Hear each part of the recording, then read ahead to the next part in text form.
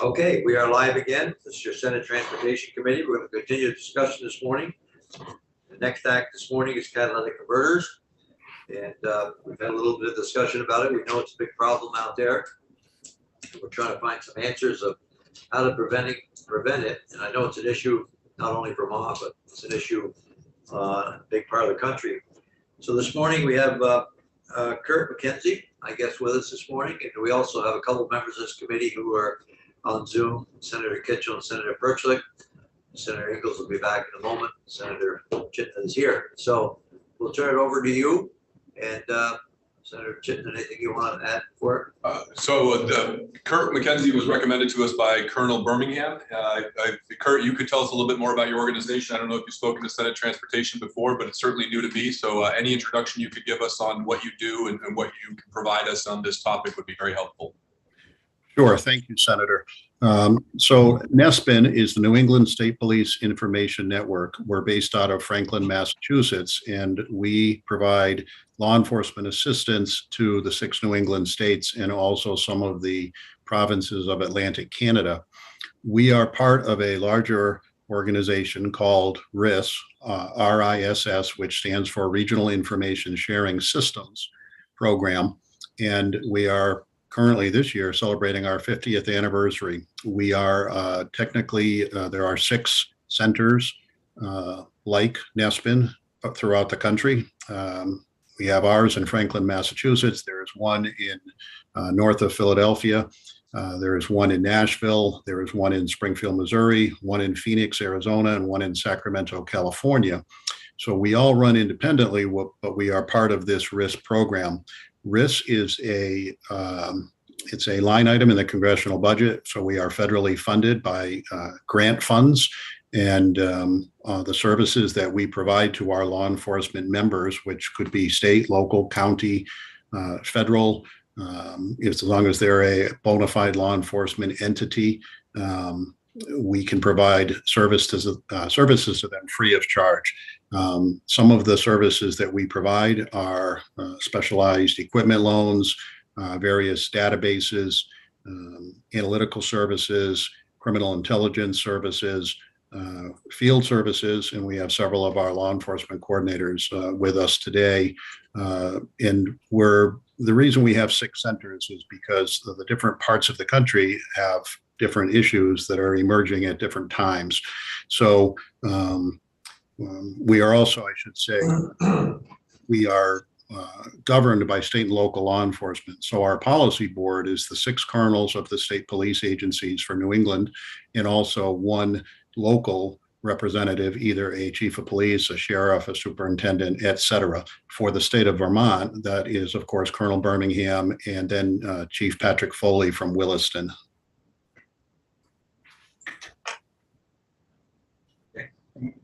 And to elaborate on the topic that brought us here, we are looking at a bill regarding catalytic converter theft to create some more friction on the resale market. But I think in one of our email exchanges, you talked about other states that have recently passed some legislation on this topic, and you might be willing to present on that. Absolutely.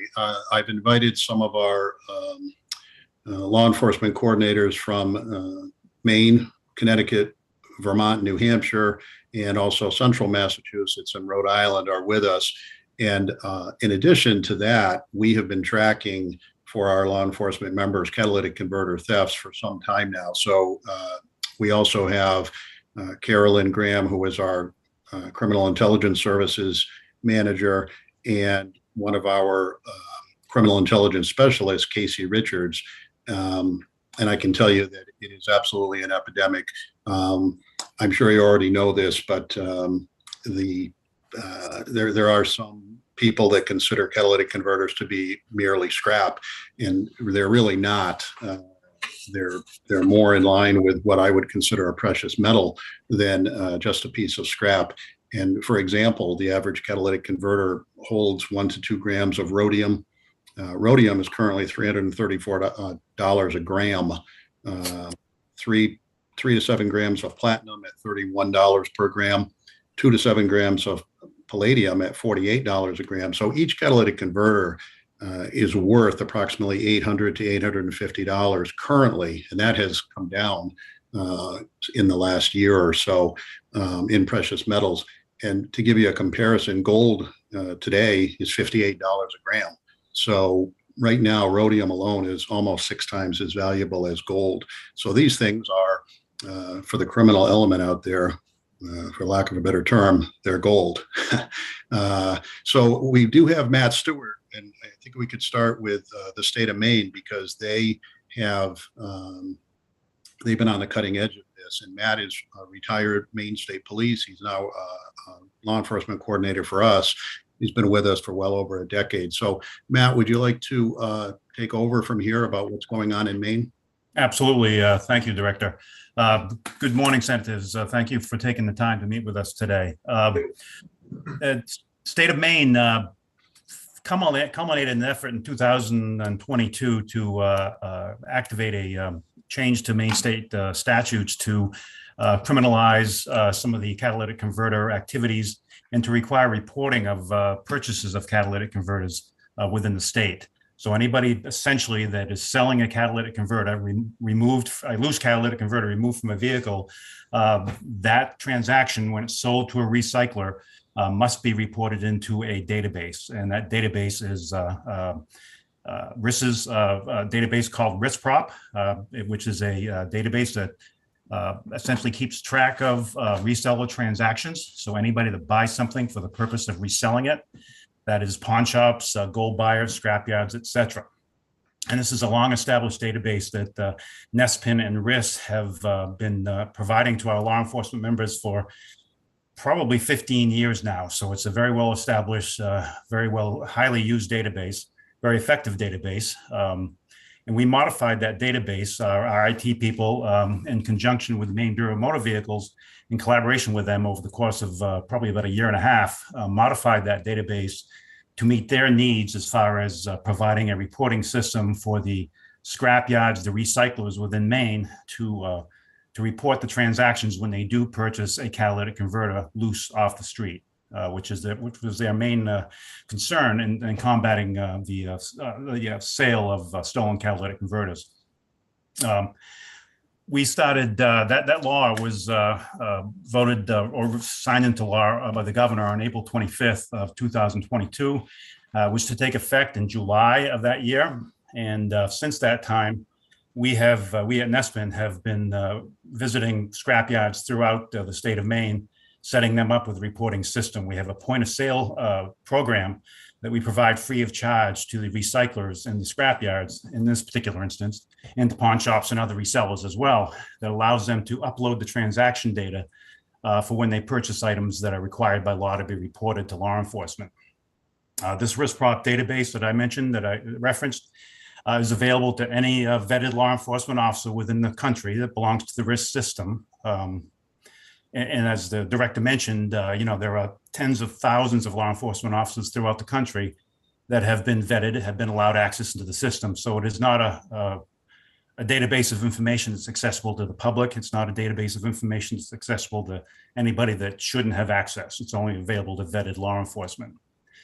Here in Maine, as I mentioned, the law took effect in April, or signed into law in April, took effect in July.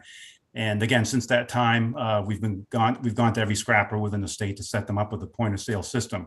There is no cost associated with it. There is no financial burden placed upon the scrap yards or the consumer. Again, our system is free of charge to law enforcement, and the point of sale system is free of charge to the scrappers and the resellers that do use it. We found here in Maine during the installation of the point of sale systems that not all recyclers are taking in catalytic converters loose off the street. Many of them are quite leery of doing that for obvious reasons. I did find that there was probably perhaps 25 to 30 active catalytic converter purchasers as far as recyclers within the state of Maine. And there are about 300 licensed recyclers within the state of Maine. So, a reasonably moderate percentage of the scrappers were actively purchasing catalytic converters. Some of the high points, and I can provide this statute with you. It's a 9-page statute, so it's fairly detailed. And we can provide that to you if you would like to see it as an example of potential wording that you might want to consider.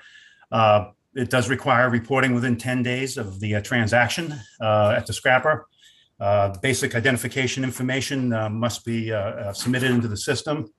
The law does require that the VIN from the vehicle from which the catalytic converter was removed, that VIN be inscribed upon the catalytic converter once it is removed from that vehicle. It does criminalize the failure or the possession of a catalytic converter without a VIN on it, et cetera, et cetera. And as I say, it's a 9-page document. So obviously I don't want to take the time to load you down with a bunch of details, but I can certainly provide that to you if you'd like.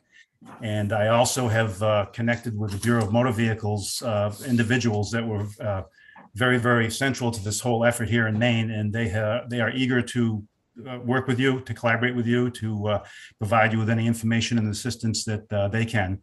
And I'm happy to provide that contact information to you. And, Yes, sir.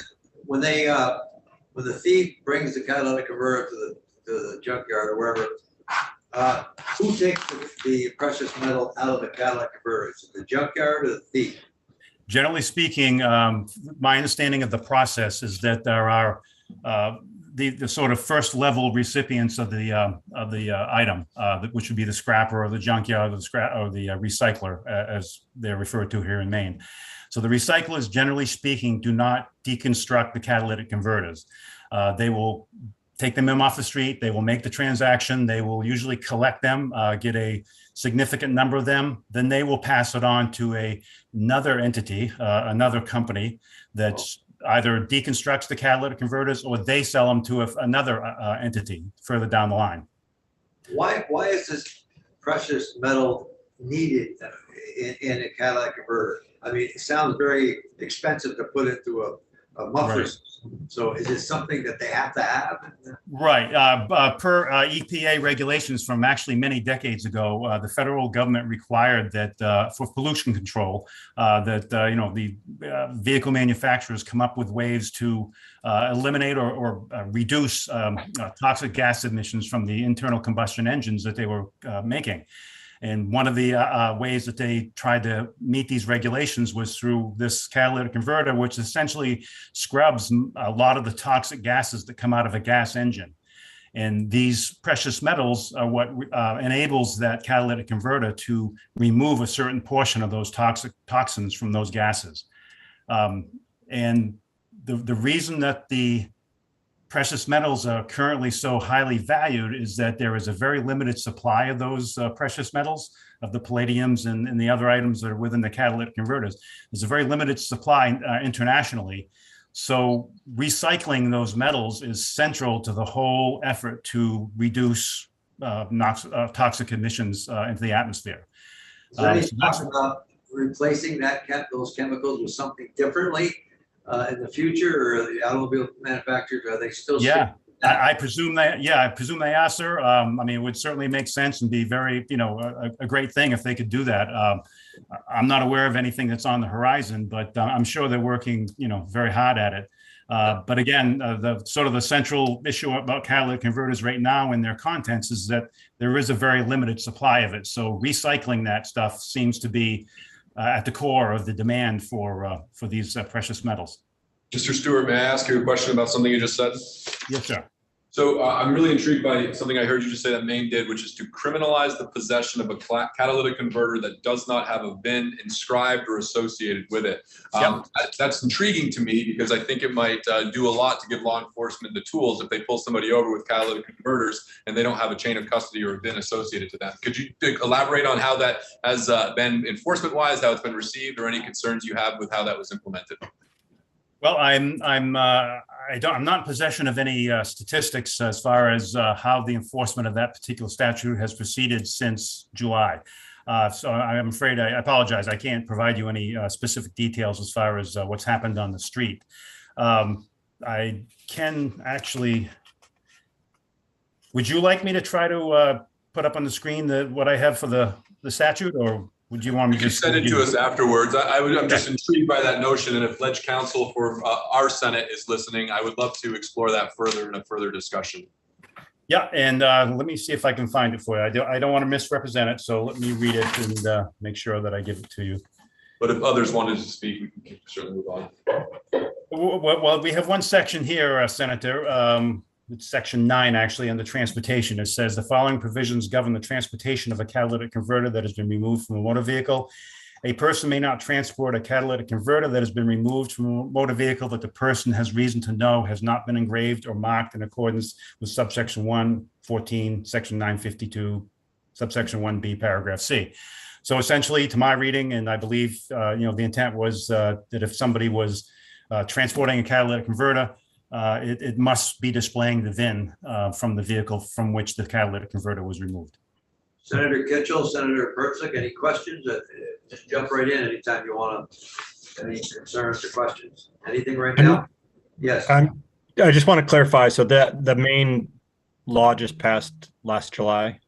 Yes, sir. 22. It actually was signed with the governor in April and went into effect in July. Okay. Thanks. Yeah. And I would just like to emphasize, obviously, any details about the statute and legal ramifications of it. Obviously, I or Nespin should not be the ones interpreting that. You should definitely seek out assistance from Maine BMV and the folks in Maine, the AG's office, perhaps, and other folks. So just wanted to mention that. Thank you, Matt. Questions? Well, it's an interesting subject, and we're just getting into it. We're trying to figure out the best way to try to get it going now, and it's getting to be a bigger issue. Every day we read about how many cars have been, and it's very costly, and it takes the car off the road for weeks and weeks. And, so I hope our other states, is everyone experiencing this theft around the nation, or is it just certain areas? No, it's coast to coast, and there's certain vehicles that are being targeted. Toyota Priuses are at the top of the list. Commercial vehicles. Why would they be? They have more precious metals in them or something? Yeah, that's my understanding, Senator, is they have more of what they're more valuable. And we've seen some, not just inconveniences, but some really horrific incidents where in central Massachusetts, there was a bakery that had a fleet of about a dozen vehicles, and they came into work one morning and every one of their work vehicles so it's, they lost income. It's just, it's an epidemic. It's an absolute epidemic from coast to coast. I did talk to the other risk directors prior to this meeting, and they assured me that from California to Florida up into the Northeast, it's the same thing. And actually, many of the folks, we've made connections, and law enforcement has made connections with places like Home Depot and Lowe's, where the saw blades are being acquired, and I say acquired rather than purchased. That's the issue, right. Yeah. Yes, Senator. So I kind of like, where this law is and what you guys passed in Maine. What did you miss? What did you wish that you could have got that you didn't get in the bill?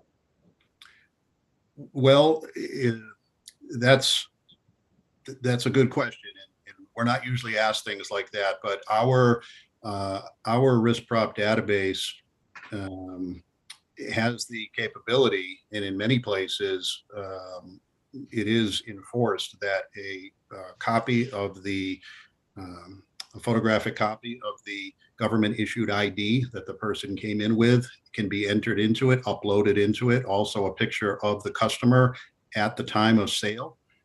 We can also enter in photos of objects at pawn shops, scrapyards, wherever. So in a perfect world, that is one thing that I think would help law enforcement tremendously. In my prior career, I'm a retired chief of police. All of our law enforcement coordinators on board here, like Matt was retired Maine State Police. We have retired Mass State Police, Connecticut State Police, et cetera. So the easier that we can make it for the prosecutors' offices to go forward with cases, the better it is for everyone. In my mind, that's why we have a system that has different levels. And if it breaks down at one level, then it breaks down for everyone.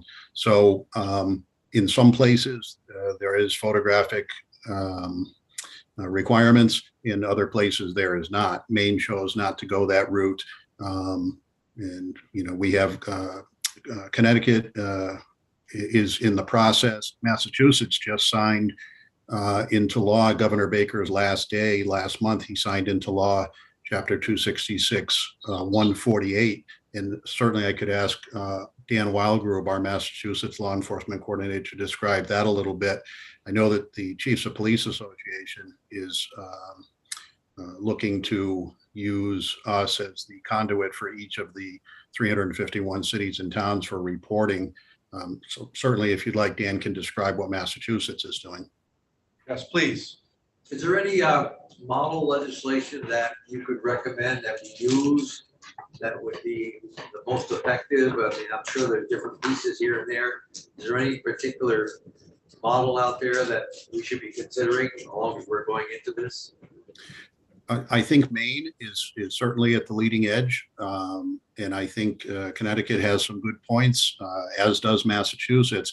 I don't think that there is any one state or region or territory that has the perfect one. But we can certainly help you and put you in contact with people that have crafted things in New England. We have such small states, with the exception of Maine, perhaps, but most of the states you can drive a short distance and be in another state. And then there's another issue too that you should be aware of, and that is there are companies out there that allow, for lack of a better term, interstate commerce of these devices. You can mail these devices to quote unquote businesses that will send you a check after they receive these converters. So that is something certainly to be aware of when there's legislation being crafted. We're talking here about bringing these items to a reseller, but you can put these in a UPS box and ship them to many, many places. If you do a Google search, you'll find these businesses throughout the country. Well, it's not the big muffler itself, just some small part of the muffler exhaust. No, they'll ship the whole catalytic converter as is. Oh, is that? It's part of the muffler. Yeah, well, it's after the muffler. After the muffler. Oh, Yeah. I mean, before the muffler, the gas goes through it and they clean it, then it goes out. So they don't have to chip the muffler. No, but it's. Yeah. Yes. So, Yes, very good. Mr. Chair, I have a question, and I forgotten where the hand up icon is on this computer. Have states attempted to deal with that interstate? I mean, it seems like thieves are very, very cunning, and you close one door and they're, coming up with another avenue to, sell this material. In Maine, I'm just wondering who paid for that point of sale system? Is that something that the state did? It seems like we're getting into, obviously this would get into, our judiciary committee's work if we're thinking about, some kind of criminal penalty.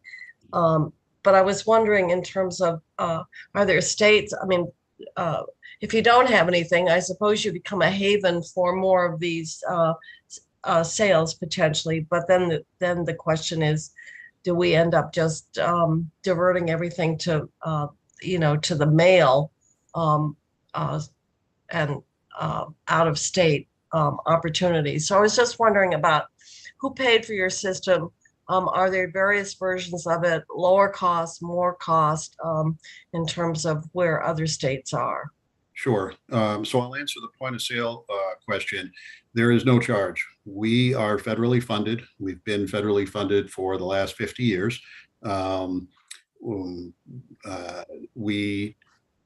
Each of the risk centers, including NESPN, decides on what our priorities are. So about 15 years ago, we decided that pawn transactions, there is a connection between opioid addiction, property crimes such as burglary and larceny, and secondhand shops. Actually, the state of New Jersey, 2 or 3 years ago, wrote a white paper called Corrupt Commerce.